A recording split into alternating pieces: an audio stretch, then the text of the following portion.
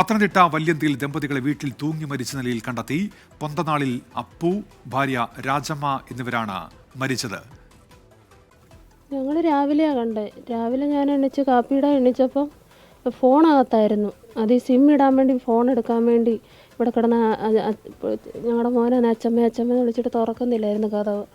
പിന്നെ ഇവർ അച്ഛനും വിളിച്ചു, അജയനും വിളിച്ച് കതവ് തുറക്കുന്നില്ല. ഞാനും ഉറക്കെ വിളിച്ചു. അന്നേരം ഞാൻ പറഞ്ഞ കതവ് വലിച്ചു പറിക്കാമെന്ന് പറഞ്ഞു. എന്തോന്ന് ഉറങ്ങിപ്പോയതാണെന്ന് ഞങ്ങൾക്ക് അറിയത്തില്ലല്ലോ.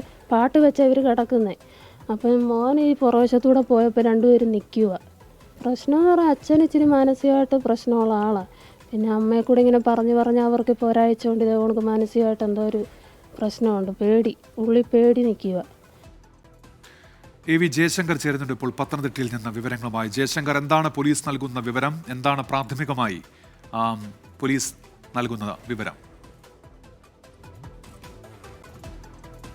അതായത് ഉന്മേഷ്, പത്തനംതിട്ട മൈലപ്ര ഗ്രാമപഞ്ചായത്തിൽ വല്യന്തിയിലാണ് ഇത്തരത്തിലുള്ള ദമ്പതികൾ ആത്മഹത്യ ചെയ്യുന്നൊരു സാഹചര്യം ഉണ്ടായത്. ഇന്ന് രാവിലെ ഈ മരുമകൾ ഉൾപ്പെടെയുള്ള ബന്ധുക്കൾ മുറിയിലേക്ക് പോയൊരു ഘട്ടത്തിലാണ് ഇത്തരത്തിൽ തൂങ്ങി മരിച്ച നിലയിൽ കണ്ടെത്തുന്ന സാഹചര്യം ഉണ്ടായത്. ഇവർ കഴിഞ്ഞ ദിവസം രാത്രി ഉറക്കെ പാട്ട് വെച്ചായിരുന്നു കിടന്നത്. അങ്ങനെ രാവിലെയും ഈ പാട്ട് നിരന്തരമായി ഇങ്ങനെ പ്രവർത്തിക്കുന്നത് കണ്ടപ്പോൾ സംശയം തോന്നിയാണ് ഇത്തരത്തിൽ റൂം പൊളിച്ച് ഉള്ളിലേക്ക് പോയി നോക്കിയത്. ആ ഘട്ടത്തിലാണ് ഇങ്ങനെ ദമ്പതികൾ ആത്മഹത്യ ചെയ്ത നിലയിൽ കണ്ടെത്തിയത്.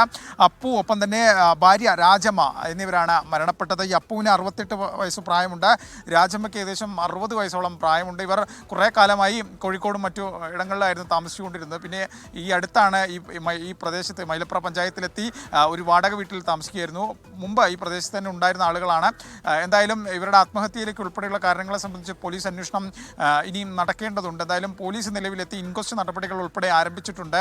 ഇവർക്ക് ചെറിയ മാനസിക ബുദ്ധിമുട്ടുകൾ ഉൾപ്പെടെ ഉണ്ടായിരുന്നെന്ന് ബന്ധുക്കൾ ഇതിനോടകം തന്നെ പറഞ്ഞു. അതുകൊണ്ട് തന്നെ അത്തരം കാരണങ്ങളായിരിക്കാം ഒരുപക്ഷെ ആത്മഹത്യയിലേക്ക് നയിച്ചതെന്നാണ് പോലീസിൻ്റെ എന്തായാലും പ്രാഥമിക നിഗമനം. പോലീസ് ഇൻക്വസ്റ്റ് നടപടികൾ ആരംഭിച്ചിട്ടുണ്ട്. പോലീസ് അന്വേഷണത്തിലായിരിക്കും ഇത് സ്വാഭാവിക മരണമാണോ അസ്വാഭാവികമായി എന്തെങ്കിലും ഉണ്ടോ എന്ന് കണ്ടെത്താനാകും. എന്തായാലും ബന്ധുക്കൾ ഉൾപ്പെടെയുള്ള ആളുകൾ ഇവിടെയുണ്ട്. ഇവർ താമസിച്ചിരുന്ന വാടക വീട്ടിൽ നിന്ന് ഈ മൃതദേഹം മാറ്റാനുള്ള നടപടികൾ പോലീസ് ആരംഭിച്ചു. ഇൻക്വസ്റ്റ് പൂർത്തിയാക്കിയായിരിക്കും പോലീസ് മറ്റ് നടപടികളിലേക്ക് കടക്കുക. ഉന്മേഷ്, ശരി. എ വി ജയശങ്കറാണ് വാർത്തയുടെ വിശദാംശങ്ങൾ നൽകിയത് പത്തനംതിട്ടയിൽ നിന്ന്.